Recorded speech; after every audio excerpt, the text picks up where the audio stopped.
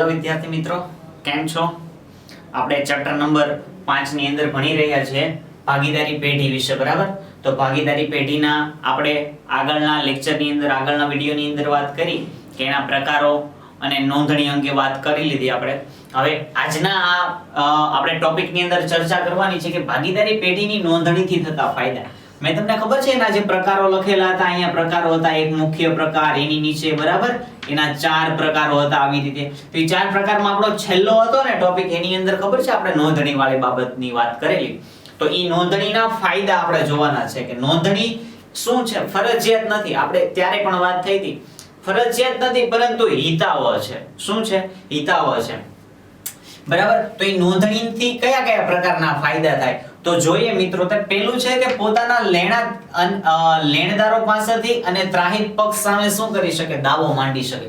મિત્રો મેં તમને પહેલા કીધું હતું, દાવો ક્યારે માંડી શકે કે કાયદેસર રીતે કોઈ પણ પેઢીની નોંધણી થયેલી હોય તો જ એ કાનૂની રીતે દાવા માંડી શકે અને કાનૂની ભાષાની અંદર અથવા તો કાનૂની રીતે એ પોતાના જે લેણદારો છે એની પાસેથી અથવા તો ત્રાહિત પક્ષ એટલે કે અન્ય પક્ષ પાસેથી પોતાના નાણાં મેળવી શકતા હોય છે. ક્યારે આ બાબત શક્ય બને? જો નોંધણી કરાવેલી હોય કંપની અથવા તો પેઢી જે છે, કંપનીની પેઢી આપણી જે છે એનું શું કરેલું હોય? રજિસ્ટર્ડ કરાવેલું હોય, રજિસ્ટ્રેશન કરાવેલું હોય અને આપણી પેઢી રજિસ્ટર્ડ હોય તો આ બાબત શક્ય છે. ત્યારબાદ પછી છે કે ભાગીદારો પર શું કરી શકે? દાવા માંડી શકે છે. શું કરી શકે? દાવા માંડી શકે. ભાગીદાર વચ્ચે પણ મેં તમને કીધું એમ માણસ માત્ર ભૂલને પાત્ર, ભૂલ થાય માણસથી, ભાગીદારોમાં ભૂલ થાય, મતભેદ થાય, મનભેદ થાય. તો આવા સમયે ભાગીદાર વચ્ચે ક્યારેક એવું બની શકે કે ઈ વચ્ચેની જે તણાવ છે અથવા તો એના જે પ્રશ્નો છે એનું નિરાકરણ એને કાયદા કાનૂન રીતે લાવવું પડે. અને કાયદા કાનૂન રીતે એ નિવારણ ક્યારે લાવી શકે? કે જો પેઢીની રજિસ્ટ્રેશન કરાવેલું હોય ને પેઢીની નોંધણી થયેલી હોય તો ભાગીદાર એકાબીજા ઉપર શું કરી શકે? પોતાના જે ફરજો છે અથવા તો પોતાનો જે હક છે એ માંગી શકે છે, બરાબર. ત્યારબાદ છે કે ભાગીદારો પોતાનો હિસ્સો અથવા તો અધિકાર માટે શું કરી શકે? ન્યાય માંગી શકે. મેં તમને કીધું એમ કે રજિસ્ટર થયેલી હોય તો જ આ બાબત શક્ય બનતી હોય છે. શું કે પોતાનો હિસ્સો કંપનીમાં પેઢીમાંથી લેવાનો છે ભાગીદારે, તો એ હિસ્સો અન્ય ભાગીદાર આપતા નથી, બરાબર. તો એ હિસ્સા માટેની માંગણી માટે શું કરી શકે છે કે દરવાજો, ન્યાયાલયનો દરવાજો, આપણે કહેવાય ને ગુજરાતી ભાષામાં કે દરવાજો ખખડાવી શકાય એમ, બરાબર. ન્યાય માંગી શકે. ક્યારે? જો નોંધણી હોય તો. એટલે શું છે કે નોંધણી કરાવી ફરજિયાત નથી પરંતુ શું છે? હિતાવહ છે. એટલે કે જરૂરી છે, બરાબર. ત્યારબાદ છે કે નિવૃત્ત થનાર ભાગીદાર શું કરે કે જનતાને નોટિસ આપે અને પોતાની જેટલી જવાબદારી હોય ને એમાંથી શું કરે છે કે છુટકારો મેળવે છે, બરાબર. એટલે કે જાહેર જનતાને, કેમ કે ભાગીદારીની નોંધણી થાય ને, ભાગીદારી પેઢીની નોંધણી થાય ને તો એના કારણે ઈ ભાગીદારી પેઢી સમાજની અંદર કોઈ પણ પ્રકારનું કામ કરી રહી છે ને એવી જાહેર જનતાને ખ્યાલ આવે. અને જાહેર જનતાને શા માટે ખ્યાલ આવે? અથવા તો આ ભાગીદારી પેઢીમાંથી જ્યારે કોઈ ભાગીદાર છૂટો થાય ને કે નિવૃત્ત થતો હોય, બરાબર, તો એવા સમયગાળા દરમિયાન ઈ પોતાની ઉપર જેટલી જવાબદારી હોય ને જાહેર જનતાને જણાવી દે કે હવે આ ભાગીદાર છૂટો થાય છે, એના કારણે એની ઉપરની જે જવાબદારીઓ હોય ને બધા પક્ષકારોની, ઈ જવાબદારીમાંથી શું થતા હોય છે તો કે છૂટો થતો હોય છે ભાગીદાર. ત્યારબાદ છે કે નોંધણીથી શું થાય? જાહેર જનતાને જાણ થાય. જો મેં તમને કીધું એમ કે નોંધણી કરાવે ને તો જ જાહેર જનતાને ખબર પડે કે આ પ્રકારની પેઢી સમાજની અંદર આવા પ્રકારની કોઈ કામગીરી કરી રહી છે, બરાબર. ત્યાર પછીનો મુદ્દો છે આપણો ભાગીદારી કરારનામું. ભાગીદારી કરારનામું એટલે શું? કે પેઢીનું જ્યારે અસ્તિત્વ આવે ને, પેઢીની જ્યારે સ્થાપના થાય ને તો એના માટેના એક પ્રકારનો એક ચોક્કસ કરાર કરવામાં આવે છે. શું છે?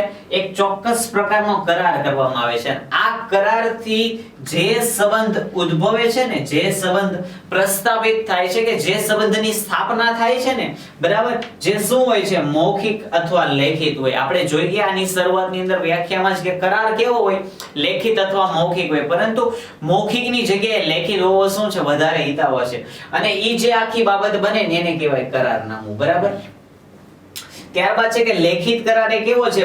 ભાગીદારનો બંધારણની અંદર એની જોગવાઈ કરેલી છે. ભાગીદારી પેઢીમાં બંધારણમાં ભાગીદારીનું જે બંધારણ છે ને એની અંદર શું હોય કે લેખિત કરારની જોગવાઈ છે.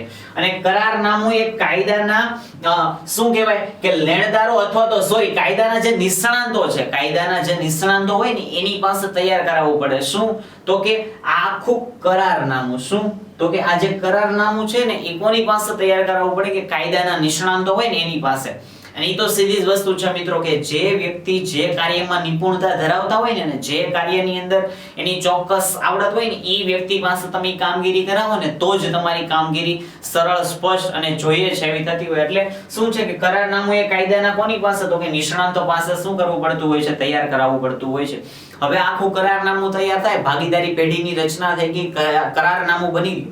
તો આ કરારનામાની અંદર કઈ કઈ બાબતોનો સમાવેશ થાય? તો અહીંયા મેં તમને દર્શાવેલી છે આ બધી બાબતો, અને તમારી ટેક્સ્ટ બુકની અંદર પણ આ બધી બાબતો આપેલી છે. તો ઝડપથી સમજવાની કોશિશ કરીએ તો કે પેઢીનું નામ, સરનામું આપણે આગળ જોઈ ગયા હતા. ભાગીદારી પેઢીની અંદર કઈ કઈ બાબતોનો સમાવેશ થાય છે? તો એમાં એની જે નોંધણી થાય તો એની અંદર નોંધણીમાં કઈ કઈ બાબતોનો સમાવેશ થતો હતો? જે ઓલી વિગતો હતી ખબર છે આપણે ભણી ગયા હતા આગળના છેલ્લા લેક્ચરની અંદર, છેલ્લા વિડિયોની અંદર. તો કે જરૂરી વિગતો કઈ કઈ હતી? તો કે પેઢીનું નામ, પેઢીનું શું નામ છે, એની સ્થાપના કયા એડ્રેસ ઉપર થયેલી છે, ક્યાં એની સ્થાપના છે તે, ત્યારબાદ ભાગીદારો જે છે બરાબર એના નામ, સરનામા, ત્યારબાદ ટેલિફોન નંબર. આ બધી બાબતોનો સમાવેશ ક્યાં થાય? તો કે ભાગીદારીનું જે કરારનામું છે જ્યારે નોંધણી થાય ને, રજીસ્ટ્રેશન થાય ને ત્યારે. ત્યારબાદ પેઢીનો ધ્યેય શું છે અને એનો પ્રકાર કયો છે? કે પેઢીનો ધ્યેય કયા પ્રકારનો છે? નાણાં મેળવવા માટેનો છે, કામગીરીનો છે, સેવાકીય કામગીરીનો છે, કઈ પ્રકારનો એનો ધ્યેય છે તે, અને કયા પ્રકારે એની કામગીરી કરવાની છે તે પણ શેમાં સમાવેશ થાય છે? તો કે કરારનામાની અંદર. ત્યારબાદ પેઢીની શરૂઆતની તારીખ અને કેટલા સમય સુધી કામગીરી કરશે, એની સ્થાપના ક્યારે થાય છે બરાબર, અને કેટલા સમય સુધી એ સ્થાપિત રહેશે, તો કેટલા સમયગાળા સુધી એ કાર્ય કરશે બરાબર. અથવા તો એ પેઢીની વિસર્જનની જે નક્કી કરેલી હોય, વિસર્જન એટલે કે ક્યારે પૂર્ણ થશે એ તારીખો એની અંદર નક્કી કરેલી હોય છે. અથવા તો મુદ્દતી તારીખ ચોક્કસ ન હોય તો એ મુદ્દતના સમયગાળા દરમિયાન શું થતો હોય છે? સુધારો વધારો થતો હોય છે.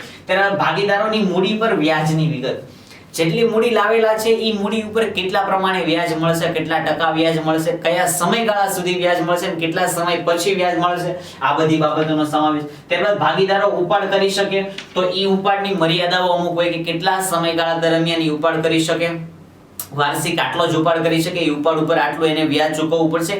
આ બધા પ્રકારની શું હોય છે એની અંદર બાબતોનો સમાવેશ થતો હોય. ત્યારબાદ ભાગીદારોની પેઢીને આપેલ લોનનું વ્યાજ દર, ભાગીદારોને જે પેઢી લોન આપે છે ને, પેઢી લોન આપે અમુક પ્રકારની. આપણો ધંધો ચાલતો હોય 4, 5, 10 આપણા જે ભાગીદારો હોય એમાંથી કોઈ ભાગીદારની જરૂરિયાત ઉદ્ભવે તો એ પેઢીમાંથી લોન સ્વરૂપે નાણાં ઉપાડે. તો એ જે લોન ઉપાડેલી છે એની ઉપર કેટલા પ્રમાણે વ્યાજ ચૂકવવાનું થશે પેઢીને બરાબર, એ બાબત. ત્યારબાદ નફા નુકસાનની વહેંચણી, જે પ્રમાણે મૂડી લાવેલા હોય એ મૂડીના પ્રમાણમાં નફા નુકસાન વહેંચશે, કે જે કરારનામું નક્કી થાય છે એની અંદર જે બાબત નક્કી થતી હોય એ પ્રમાણે શું થાય? તો કે નફા અને નુકસાનની વહેંચણીનું પ્રમાણ નક્કી થતું હોય. ત્યારબાદ છે કે ભાગીદારી કાર્યોની વહેંચણી. કરારનામું થાય ને એમાં કયા ભાગીદાર કયું કાર્ય કરશે ને બધી બાબતોનો શું થતો હોય છે? સમાવેશ થતો હોય. આ બધી બાબતોનો સમાવેશ કરવાનું કારણ હું મેં તમને શરૂઆતમાં કીધું એમ, ક્યારેક અમુક સમયગાળા દરમિયાન ભાગીદારો વચ્ચે કોઈ પણ પ્રકારે ઝઘડો થાય અથવા તો ભાગીદારી છૂટી કરવાની થાય તો આ કરાર બધા કરેલા હોય, અને આ બધા કરાર કેવા છે? તો કે લેખિત હોય.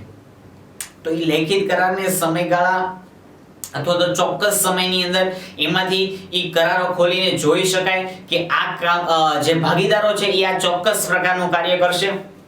તો એ જ બધી બાબતોની તમને અહીંયા જાણકારી આપવામાં આવેલી છે. ભાગીદારી કાર્યોની વહેંચણી, કયું કાર્ય કોણ કરશે તે, ભાગીદારોનું મહેનતાણું બરાબર, એટલે કે એને કેટલા પ્રમાણમાં એને મહેનતાણું મળશે જે કામગીરી કરે છે, અથવા તો કમિશન, જે પ્રમાણે વેચાણ થાય છે કે કોઈ ચોક્કસ પ્રકારનું વેચાણ થાય તો એ વેચાણ ઉપર કેટલું કમિશન મળશે, અથવા તો નફા ઉપર કેટલું કમિશન મળશે, અથવા તો ચોખ્ખો નફો વધે છે એની ઉપર કેટલું કમિશન મળશે. આ બધું તમે તમારા એકાઉન્ટની અંદર ભણો છો કે ચોખ્ખા નફા ઉપર 10% કમિશન, અથવા તો એના જે મહેનતાણું છે એની ઉપર 5% કમિશન. તો આ પ્રમાણે બધા કમિશન અને અન્ય પ્રકારની જોગવાઈઓ. ત્યારબાદ બેંકની અંદર પેઢીનું ખાતું ખોલાવવા માટે લેવડ દેવડની જોગવાઈ. પેઢીની અંદર ખાતું પેઢીનું બેંકમાં ખાતું ખોલે તો એની લેવડ દેવડ કોણ કરશે, લેવડ દેવડ માટેની કેટલા પ્રમાણેની કેવી જોગવાઈઓ છે, આ બધી બાબતોનો સમાવેશ થતો હોય. ત્યારબાદ સૌથી અગત્યનું પાઘડીનું મૂલ્યાંકન. પાઘડી એ છે ને આપણને દેખાય નહીં, ઓલી માથે પહેરવાની આવે ને ઈ પાઘડી, ઈ પાઘડીને એકાઉન્ટમાં તમે ભણી ગયા બહુ વ્યવસ્થિત રીતે, બરાબર મિત્રો. આ કઈ પાઘડીની વાત થાય છે તો કે આ અદ્રશ્ય મિલકત કહેવાય કંપનીની. શું કહેવાય? કંપનીની અથવા તો ભાગીદારી પેઢીની, કે જે મોટી મોટી કંપનીઓ છે કે નાની એવી ભાગીદારી પેઢીઓ છે એની શું કહેવાય? અદ્રશ્ય મિલકત કહેવાય પાઘડી, બરાબર. પાઘડીથી ધંધાનું મૂલ્યાંકન થતું હોય, ધંધાનું જે મૂલ્ય છે એ નક્કી કરવામાં આવતું હોય એવી એક અદ્રશ્ય પ્રકારની મિલકત છે, એટલે કે આ પાઘડીનું મૂલ્યાંકન થતું હોય છે. ત્યારબાદ છે કે મતભેદ થાય તો ઝઘડાના નિકાલ વખતે લવાદી વ્યવહાર. લવાદી એટલે કે વાતચીત દ્વારા ન્યાયાલયની અંદર જઈને ન્યાય માંગી શકે એવો શું કરી શકે? વ્યવહાર. શું થાય તો કે જો નોંધણી કરાવેલી હોય તો જ આ બાબત શક્ય બને છે, બરાબર. ત્યારબાદ છે કે મહત્વના દસ્તાવેજો પર સહી કોણ કરશે? કે જે સિગ્નેચર કરવાની છે, કે જે અગત્યના ધંધાકીય પેઢીના અગત્યના ડોક્યુમેન્ટો છે, દસ્તાવેજો છે, એની ઉપર કયા ભાગીદાર સાઇન કરશે તો એ વેલિડ ગણાશે, આ બધી બાબતો. ત્યારબાદ નવો પ્રવેશ અથવા તો નિવૃત્તિની જોગવાઈ, કે નવા ભાગીદારને ક્યારે પ્રવેશ આપી શકીશું, કેટલા સમયગાળામાં પ્રવેશ મળશે, અથવા તો નિવૃત્ત થાય તો એના કઈ પ્રકારની જોગવાઈઓ છે, કે નિવૃત્ત થાય તો એને કેટલા ટકા એને ભાગ આપવો, એને અથવા તો નવો પ્રવેશ થાય તો એને કેટલા પ્રમાણમાં મૂડી લાવી, ક્યારે લાવી, આ બધી બાબતોનો સમાવેશ થતો જોવા મળે છે. ક્યાં? તો કે જે કરાર કરવામાં આવે ને, કરારનામું બને ને એની અંદર. ત્યારબાદ ભાગીદારોના અધિકારો કયા પ્રકારના છે, એની ફરજો કેટલી છે, બરાબર. ત્યારબાદ સગીર ભાગીદારને જો ધંધાકીય પ્રવેશની અંદર અથવા તો ધંધાકીય પેઢીની અંદર પ્રવેશ આપવો હોય, કે કોઈ એક ભાગીદાર છે ઈ મૃત્યુ પામે, નાદારી જાહેર થાય અથવા તો અસ્થિર મગજનો થાય, કે એવી કોઈ પણ પરિસ્થિતિ ઉદ્ભવે તો ઈ સમયગાળા દરમિયાન એના કોઈ વારસદારો હોય એને કાયદેસર રીતે પેઢીની અંદર સ્થાન મળતું હોય, તો ધારો કે ઈ સગીર વયના છે તો એને કઈ રીતે પ્રવેશ આપવો, તો આ બધી જોગવાઈઓ. અને ત્યારબાદ પેઢીનું વિસર્જન થાય તો ઈ વખતે પતાવટ કઈ રીતે કરવી. પેઢીનું વિસર્જન એટલે કે આપણે જોઈ ગયા હતા કે અહીંયા એની જે મુદ્દત હતી, મુદ્દત પૂરી થાય એટલે ઓટોમેટિકલી શું થાય? વિસર્જન થતું હોય. વિસર્જન થાય તો એની પતાવટ, હવે ભાગીદારી પેઢી જે ચાલુ છે, આપણી પેઢી ચાલુ હતી, એનું વિસર્જન કઈ રીતે કરવું, અથવા તો જે ચૂકવણું છે એ ચૂકવણું કરવાનું છે તો કઈ રીતે, જે આવવાના નાણાં બાકી રહી છે લેવાના, ઈ લેવાના થશે તો કઈ રીતે આપવાના. તો આ બધી બાબતોનો સમાવેશ શેમાં થતો જોવા મળે છે?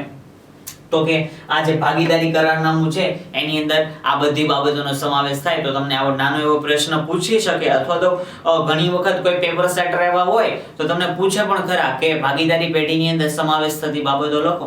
3 માર્ક્સ અથવા તો 2 માર્ક્સ ની અંદર પૂછાય તો તમારે 6 થી 8 બાબતો એની અંદર આ દર્શાવવી પડે કે જે બાબતોનો સમાવેશ થતો હોય છે, બરાબર. તો મિત્રો આ લેક્ચરની અંદર, આ વિડિયોની અંદર આપણે આ ટોપિકમાં આપણે ચર્ચા કરી તો કે ભાગીદારી પેઢીની નોંધણીથી થતા ફાયદા અને ભાગીદારી પેઢીનું કરારનામું અને કરારનામાની અંદર સમાવેશ થતી બાબતો, બરાબર.